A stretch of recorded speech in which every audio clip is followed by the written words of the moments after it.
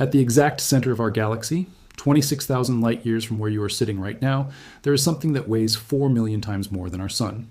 It does not glow, it does not reflect, it does not emit any light at all. It is a supermassive black hole called Sagittarius A star, and the space around it is one of the most violent, hostile, radiation-soaked environments anywhere in the known universe. Stars near it do not live quiet lives. They are stripped, stretched, superheated, and eventually swallowed.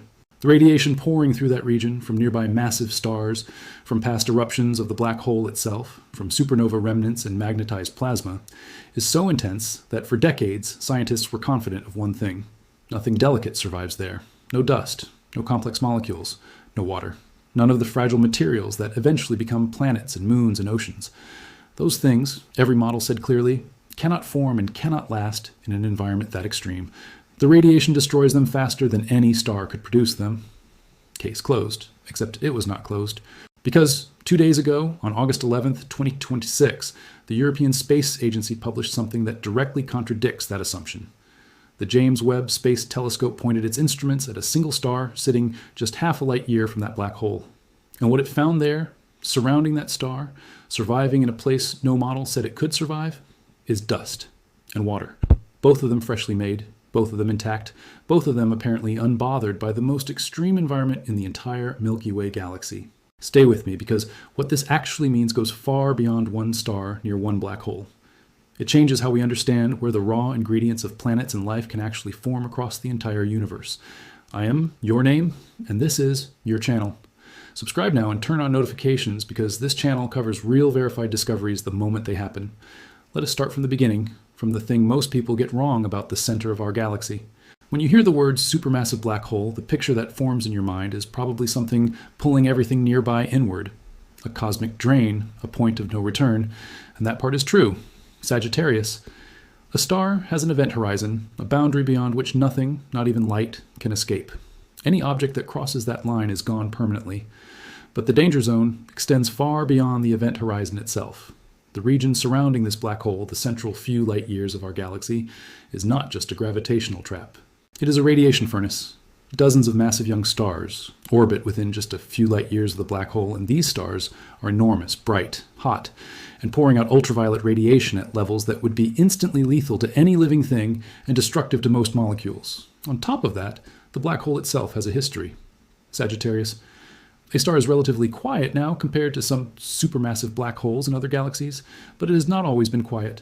Evidence from X-ray observations shows it erupted violently as recently as a few hundred years ago, sending flares of high-energy radiation outward through the surrounding gas and dust at intensities millions of times greater than its current output.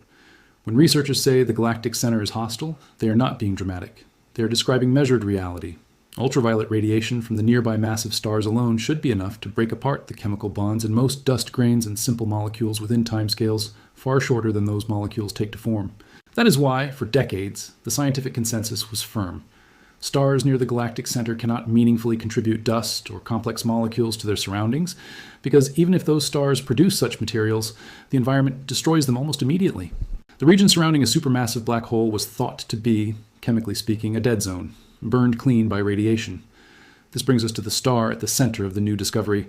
Its name is IRS-3. It sits just 55 light years from Sagittarius A star. To put that distance in perspective, the nearest star to our own sun, Proxima Centauri, is 24 light years away.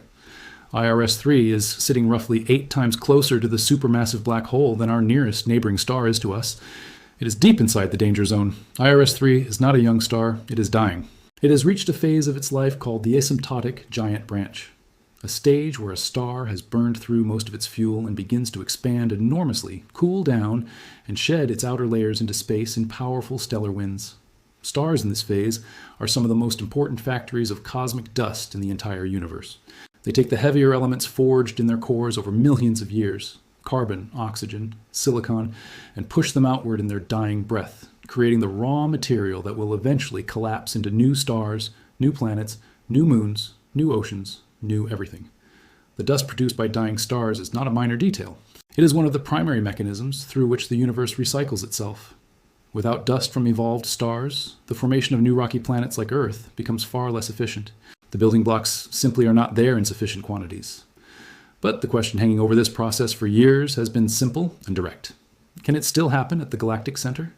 Can a dying star still produce meaningful amounts of dust when the environment around it is flooded with enough radiation to tear that dust apart almost as fast as it forms? Every model said no. The math did not work. The radiation budget at zero sorrow.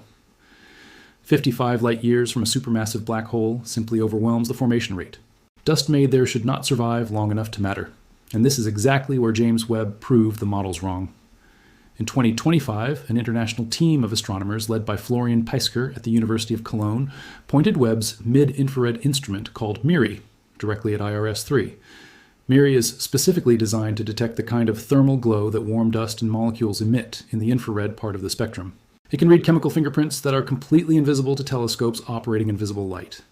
And MIRI is the only instrument currently in existence with enough sensitivity and resolution to separate the faint infrared signal of a single star's dusty envelope from the overwhelming glare of the crowded galactic center, where thousands of stars are packed into an incredibly tight space.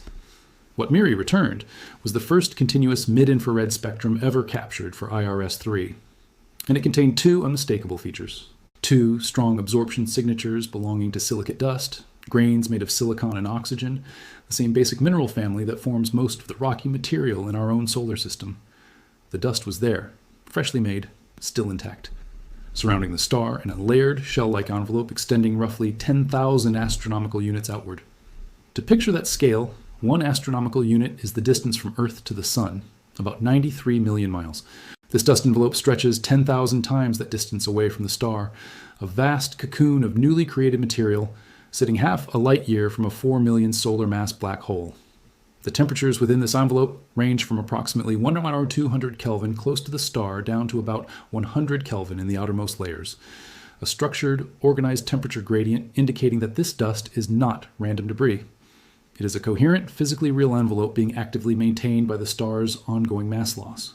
But the silicate dust was not the only discovery. Hidden inside that same spectrum, the team found something they described as especially exciting.